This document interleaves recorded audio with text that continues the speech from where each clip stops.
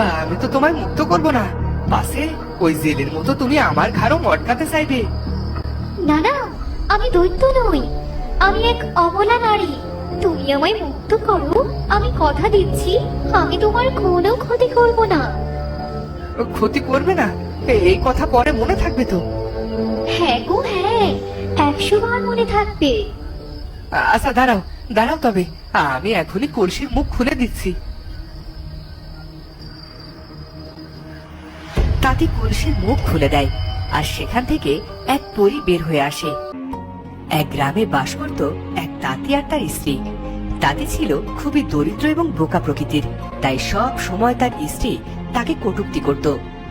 তোমাকে নিয়ে আর পারা গেল না, এতগুলো কাপড় তুমি হাজে বাকিতে বিক্রি করে এলে, এই টাকা কি আর পাবে ভেবেছো? এমন করছো কেন গিন্নি?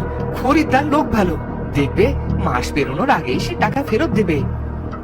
দিলেই হয়, আর তুমিও সেই আশাতেই বসে আছো। ওই দোকানে গিয়ে যদি আর কখনো চোখের দেখা পাও, আমার নামও কল্যাণী না, এই বলে দিলাম। দেখি না একটা মাস যদি দিয়ে দেয়। তাছাড়া এতগুলো কাপড় ঘরে নষ্ট হচ্ছিল, কেউ তো কিনতেই চাচ্ছিল না। কিনতে যাচ্ছে না, এখন বাকিতে দিয়ে আমায় ধন্য করেছো। শোনো, তোমায় 1 মাস সময় দিলাম, এই 1 মাসের মধ্যে তুমি যদি পাওনা টাকা আদায় করতে না পারো, তবে তোমার একদিন কি আমার একদিন। এরপর একদিন 1 মাস পার হলো, কিন্তু সেই খরিদ্দারের দেখা আর পাওয়া গেল না। তা দেখে কল্যাণী তাদের উপর ক্ষেপে গেল। বলেছিলাম, আমি আগেই বলেছিলাম ও তোমায় ফাঁকি দেবে। 1 মাস কবে শেষ হলো, অথচ টাকার কোনো খোঁজ খবর নেই। সে টাকার কথা আর আশা করে লাভ নেই গিন্নি, ও টাকা আর পাবো না। তুমি এবার আশা ছাড়ো। পাবো না বললে তো হবে না, এই টাকা তুমি কোথা থেকে আনবে তা আমি জানি না। কাল সকালে বাজারে গিয়ে সেই দোকানে খুঁজে বের করবে, তারপর পাওনা টাকা নিয়ে তবেই বাড়ি ফিরবে। তা যাবো ক্ষণ, কাল হোক আগে। তা যাবো খান, শুনে রাখো মিনসে, কাল সকালে কিন্তু আর ধানাই পানাই করতে পারবে না, এই বলে দিলুম।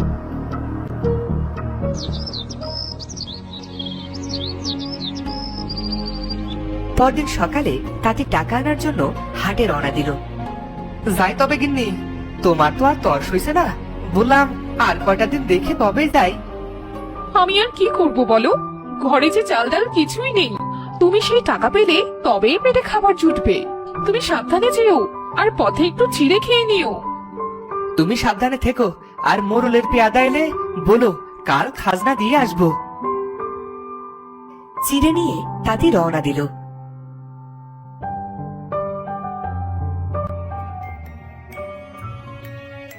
হাঁটতে হাঁটতে সেদিন দুপুরে সে হাটে পৌঁছালো, কিন্তু অনেক খোঁজাখুঁজি করেও সেই দোকানিকে পেল না। ও ভাই, এখানে একটা দোকানি ছিল, ও ওনাকে কি দেখেছো? ওনাকে যে দেখছি না, উনি কি এখন বাজারে আসে না? না গো ভাই, এখানে তো একজন দোকানি বসে না, প্রতিদিন একজন দোকানি বসে।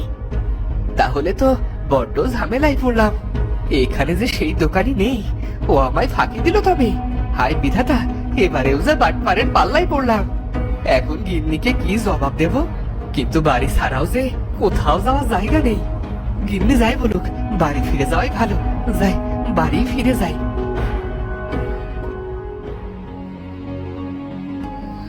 এদিকে পথে সন্ধ্যা হয়ে গেল।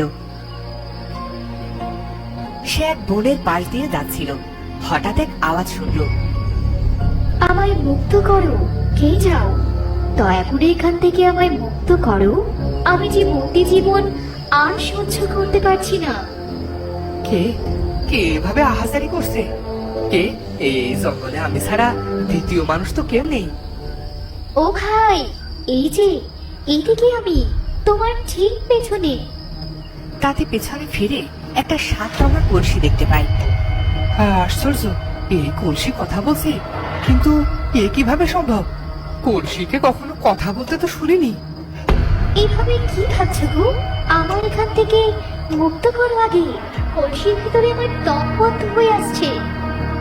বুঝেছি, এর ভিতর নিশ্চয়ই কোনো দৈত্য আছে।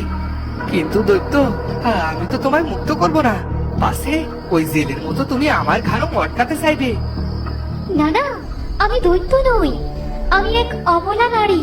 তুমি আমায় মুক্ত করো, আমি কথা দিচ্ছি আমি তোমার কোনো ক্ষতি করব না। ক্ষতি করবে না? এই কথা পরে মনে থাকবে তো? হ্যাঁ গো হ্যাঁ, 100 বার মনে থাকবে। আচ্ছা দাঁড়াও দাঁড়াও, তবে আমি এখনই কলসির মুখ খুলে দিচ্ছি। তাঁতি কলসির মুখ খুলে দেয় আর সেখান থেকে এক পরী বের হয়ে আসে। কে গো তুমি? কোন বাড়ির মেয়ে?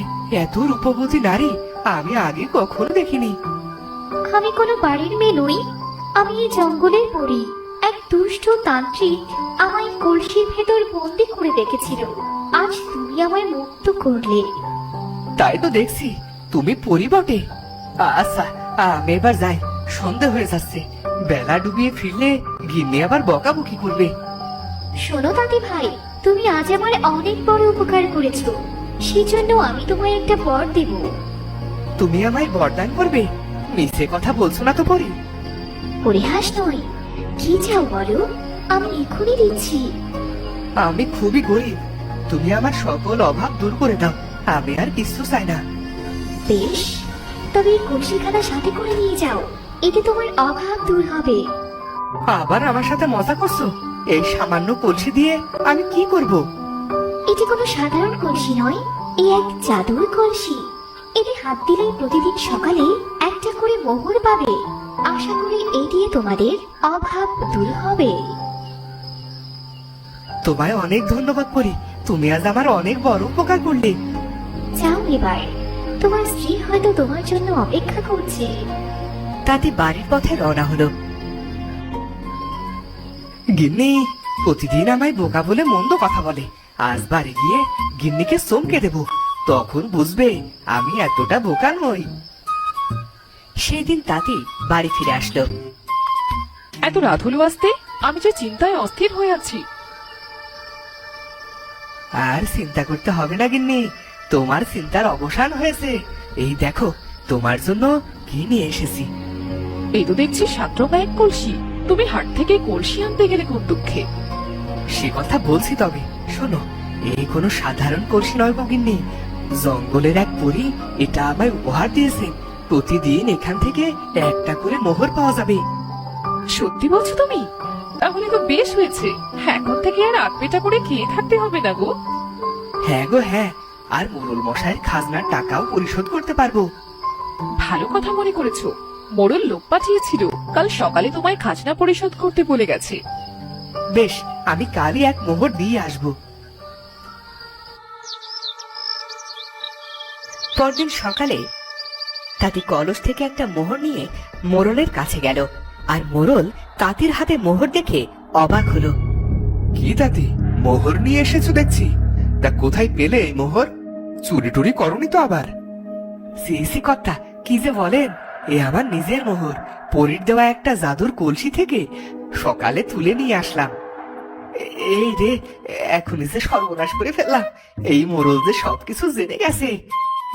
জাদুর কলসি? বেশ বেশ, আমাকে দেখিও তো একবার কলসি খানি, আমারও তো এমন একটা ছিল, দেখবো সেটি তার মতো কিনা।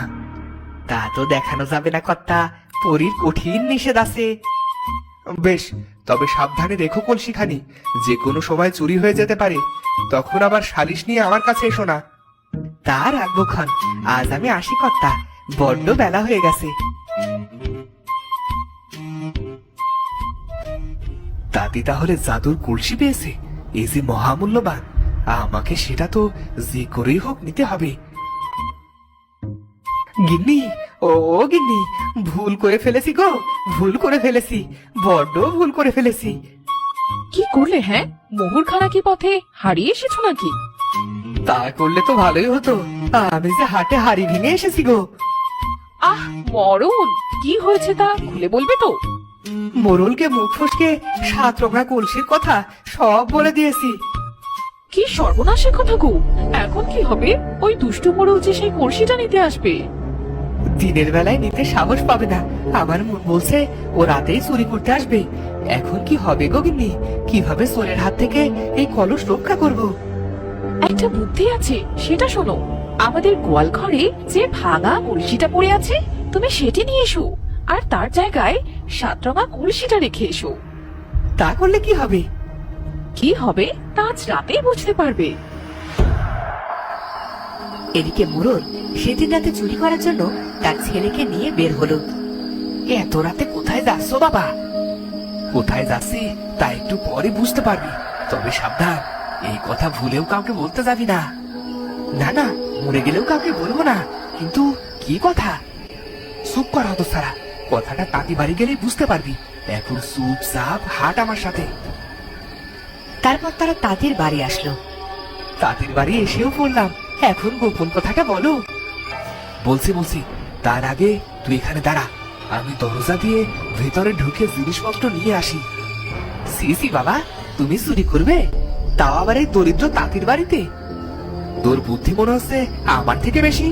ওরে, তোর ঘর থেকে আমি হয়েছি নাকি আমার ঘর থেকে তুই হয়েছিস? তোমার ছেলে দেখেই বুদ্ধির এই অবস্থা আমার, এখন কি করতে হবে বলো? তুই এখানেই পাহারা দে, আমি পেছনের দরজা দিয়ে ভেতরে ঢুকছি। যদি পরিস্থিতি বেগতিক দেখিস তাহলে শেষ দিবি। মোড়ল তখন ঘরে প্রবেশ করলো। তখন তাঁতি আর তাঁতির বউ ঘুমোচ্ছিল। ঘরের এক পাশে ভাঙা কলসি রাখা ছিল, তার পাশে প্রদীপ রাখা ছিল। তাঁতি আর তার বউ মিলে পাহারা বসিয়েছে দেখছি, কিন্তু এই মোড়লকে এত সহজে থামানো যাবে না। দেখ, তোরা পাহারা দিতেই থাক, আর আমি তোদের কলসি নিয়ে গেলাম। কিছুক্ষণ পর তাঁতির বউ চোখ খুলল। ওঠো ওঠো, মোড়লে সে কলসি নিয়ে গেছে। সবই দেখলাম গিন্নি, আমি আগেই বলেছিলাম বেটা কলসি নিতে আসবে, দেখেছো এবার? আর মোড়লকে জব্দ করার এই বুদ্ধি খানিকার, এই বুদ্ধি আমার মাথা থেকে এসেছে। এখন যাও, গোয়ালঘর থেকে 7 রঙা কলসিটি নিয়ে এসো। পরদিন সকালে মোড়ল কলসি সামনে নিয়ে বসে থাকে। কি হয়েছে বাবা? কখন থেকে দেখছি তাঁতির বাড়ির ভাঙা কলসিখানি সামনে নিয়ে বসে আছো? ওরে গাধা, ভাঙা হলেও এই কলসির অনেক ক্ষমতা। কি ক্ষমতা দেখাও দেখি বাবা। এই বলে মোড়ল তাদের কলসির মধ্যে হাত দিল। এ কি, এ তো গোবর। এই হলো তোমার মোহর বাবা, এই তাঁতি তোমায় বোকা বানিয়েছে বাবা। তাঁতির এত বড় সাহস, আমায় বোকা বানায়। আমি আজই মহারাজের কাছে ওর নামে বিচার দেব। আর ওর পিছনে লাগতে যেও না বাবা, তাহলে তাঁতি আর তার বউ মিলে আবার তোমায় জব্দ করবে। যদি ওরা মহারাজকে বলে দেয় যে তুমি ওদের বাড়ি চুরি করতে গিয়েছো, তাহলে মহারাজ তোমাকেই শিক্ষা দেবে। ঠিক বলেছিস, যাক, এবারের মতো ওদের মাফ করে দিলাম, কি বলিস? এরপর মোড়ল আর তাঁতির পেছনে লাগলো না, তাঁতি নিশ্চিন্তে বসবাস করতে লাগলো। তো বন্ধুরা, ভিডিওটি কেমন লাগলো? যদি ভালো লাগে তাহলে অবশ্যই চ্যানেলটি সাবস্ক্রাইব করে বেল আইকনটি বাজিয়ে দিও। দেখা হচ্ছে পরের ভিডিওতে। ধন্যবাদ।